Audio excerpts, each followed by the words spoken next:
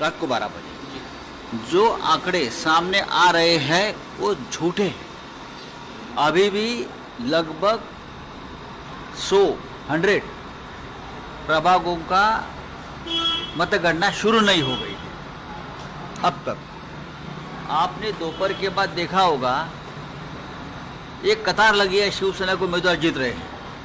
अभी तक भांडू बिकुली का मतगणना नहीं हुआ है, दादर परड़ का नहीं हुआ है, बैंड्रा का नहीं हुआ है, जो हमारे गढ़ है, और भी बहुत 100 जगह पर अभी भी हमारी मतगणना शुरू नहीं हो गई है। एक नया सिस्टम लगाया है, नंबर से लगा देते हैं। पहले तो हम एक साथ मतगणना। संजय राऊतांनी या नव्या पॅटर्नवरती थेटपणे बोट ठेवलेलं आहे आणि टीका देखील केलेली आहे। त्यांचं म्हणणं आहे अनेक ठिकाणी अजूनही मतमोजणीला सुरुवात झालेली नाहीये। हा नवा पॅटर्न आता भाजपतर्फे राबवला